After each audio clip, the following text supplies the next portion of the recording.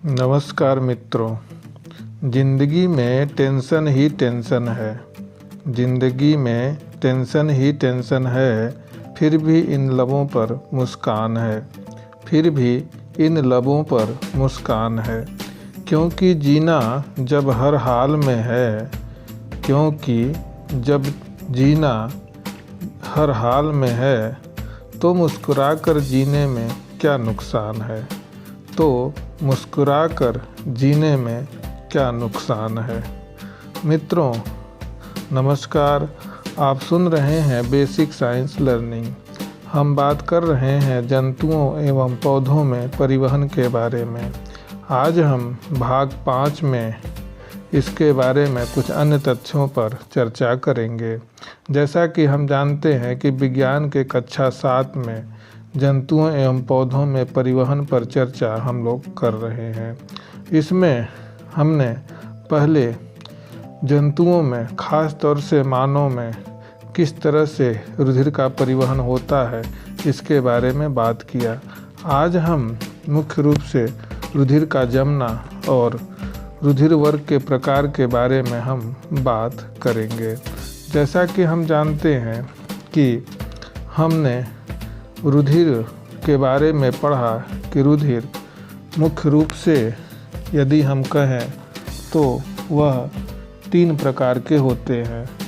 एक लाल रुधिर कणिकाएँ, दूसरा श्वेत रुधिर कणिकाएँ और तीसरा रुधिर प्लेटलेट्स। ये रुधिर कणिकाओं के भाग हैं, जबकि दूसरा भाग प्लाज्मा का होता है। हमने रुधिर कणिकाओं के बारे में पढ़ा, जिनमें मुख्य रूप से लाल रुधिर कणिका, श्वेत रुधिर कणिका और प्लेटलेट्स के बारे में हमने मुख्य रूप से अध्ययन किया। आज हम रुधिर के जमना और इसके लाभ के बारे में हम बात करेंगे। हमने रुधिर प्लाज्मा के बारे में भी बात किया था। उसमें हमने यह बताया कि रुधिर का लगभग 55% या 55 से 60% मुख्य रूप से प्लाज्मा होता है। इसमें 90% जल और 10% अकार्बनिक तथा कार्बनिक पदार्थ होते हैं। कार्बनिक पदार्थों में प्रोटीन्स, ग्लूकोज, वसा, अम्ल तथा हार्मोन्स विद्यमान होते हैं। प्लाज्मा मुख्य रूप से पीले रंग का दिखाई देता है। यदि हम रुधिर को बाहर निकालें तो रुधिर जम जाता है। यदि हम उसे किसी बीकर या टेस्ट ट्यूब में उसे रखें तो क्या देखते हैं कि जितना रुधिर होता है उसका 45% भाग लाल रुधिर कणिकाएँ, 1% भाग श्वेत रुधिर कणिका और बाकी जो भाग होता है वह प्लाज्मा का होता है। प्लाज्मा पीले रंग का दिखाई पड़ता है। अब हम आगे यह देखेंगे कि जो श्वेत रुधिर कणिकाएँ होती हैं वह ग्रेनुलोसाइट और मोनोसाइट तथा लिम्फोसाइट भागों में बटी होती है। ग्रेनुलोसाइट में इसिनोफिल्स, बेसोफिल्स और न्यूट्रोफिल्स होते हैं तथा मोनोसाइट और लिम्फोसाइट भी होते हैं। आगे हम श्वेत रुधिर कणिका के बाद रुधिर प्लेटलेट्स या थ्रोम्बोसाइट्स के बारे में बात करेंगे। रुधिर प्लेटलेट्स मुख्य रूप से हम उसे थ्रोम्बोसाइट्स भी कहते हैं। रुधिर प्लेटलेट्स आकार में बहुत छोटी, केंद्रक विहीन, द्विउत्तलीय, जिसे हम बाई कॉन्वेक्स लेंस कहते हैं, वह प्लेट नुमा आकार की होती है। 1 घन मिलीमीटर रक्त में इनकी संख्या लगभग 2 लाख से 5 लाख तक होती है। मुख्य रूप से रुधिर प्लेटलेट्स का जीवन काल 8 से 10 दिन का होता है। यदि हम रुधिर प्लेटलेट्स की बात करें कि इसका वास्तव में कार्य क्या होता है, तो रुधिर प्लेटलेट्स का मुख्य कार्य रुधिर का थक्का बनने में सहायता करना है। जब हमको चोट लगती है और हमारे शरीर से रुधिर बाहर निकलने लगता है, अर्थात ब्लड बाहर निकलने लगता है, तो ऐसी स्थिति में यह रक्त के बहाव को लगातार, चूँकि रक्त का बहाव होता रहता है, इसलिए इसको रोकने में सहायता करता है, अर्थात रक्त को रोकने के बहाव को नियंत्रित करता है। हम आजकल डेंगू नामक रोग से काफ़ी परिचित हैं। हम जानते हैं कि डेंगू रोग मुख्य रूप से एक प्रकार के मच्छर के काटने से फैलता है, जिसे हम एडीज मच्छर कहते हैं। यह एक विशेष जाति का मच्छर होता है और नर मच्छर होता है। इसमें डेंगू रोग में रुधिर प्लेटलेट्स की संख्या बहुत ही कम हो जाती है।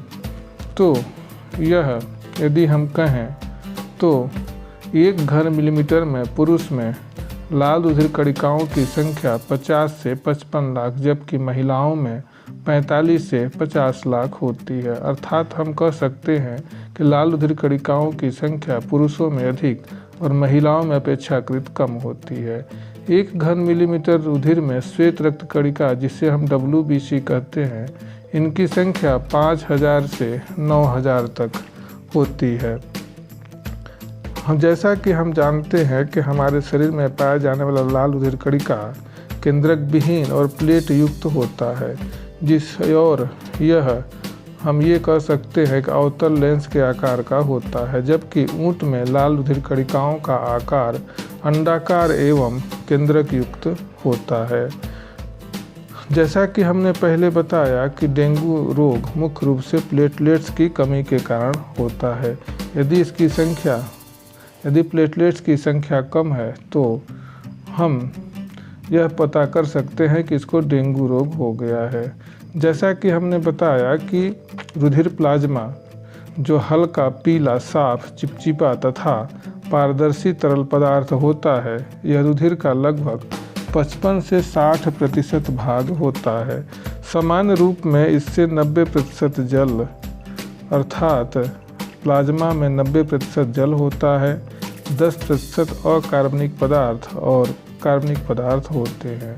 अकार्बनिक क्षारीय लवण के कारण रुधिर प्लाज्मा क्षारीय होता है, जिसमें कार्बनिक पदार्थों में प्रोटीन्स, ग्लूकोज, वसा, अम्ल तथा हार्मोन्स विद्यमान होते हैं। ये सभी कार्बनिक पदार्थ होते हैं जो 10% भाग में होते हैं।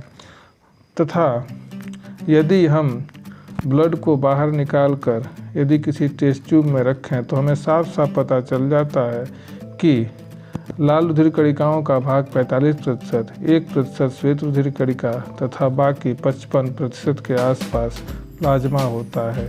जैसा कि हमने पहले बताया, हमने जाना कि रुधिर जो कि लाल रंग का बहता हुआ तरल पदार्थ दिखाई देता है, उसमें भी कोशिकाएं होती हैं। जितनी रुधिर कोशिकाएं होती हैं, ये एक तरल संयोजी ऊतक है जो विभिन्न पदार्थों का पूरे शरीर में परिवहन करती हैं। तो इस प्रकार हम कह सकते हैं कि रुधिर प्लाज्मा एक तरह से हल्का पीला, साफ, चिपचिपा तथा पारदर्शी तरल पदार्थ होता है। अब हम आगे यह जानने का प्रयास करेंगे कि रुधिर किस प्रकार से जमता है, जिसका हम अगले भाग में मुख्य रूप से वर्णन करेंगे। यदि हम रुधिर प्लाज्मा के बारे में और जानें तो हम यह जानेंगे कि रुधिर प्लाज्मा का जो पीला वाला भाग होता है वह मुख्य रूप से हम कह सकते हैं कि बहुत ही क्रियाशील भाग है, जो ब्लड अर्थात लाल रुधिर कणिका एवं श्वेत रुधिर कणिका को परिवहन में सहायता करता है, जिससे आसानी से लाल रुधिर कणिका तथा श्वेत रुधिर कणिकाओं की कोशिकाएं आसानी से एक स्थान से दूसरे स्थान तक आसानी से चली जाती हैं और ऑक्सीजन का आदान प्रदान करती हैं। तो ये रहा आपका रुधिर प्लाज्मा और ब्लड प्लेटलेट्स के कार्य। आगे हम रुधिर का जमना किस प्रकार होता है इसके बारे में बात करेंगे। तो मित्रों, आज के इस एपिसोड में बस इतना ही। उम्मीद है यह एपिसोड आपको पसंद आया होगा। धन्यवाद।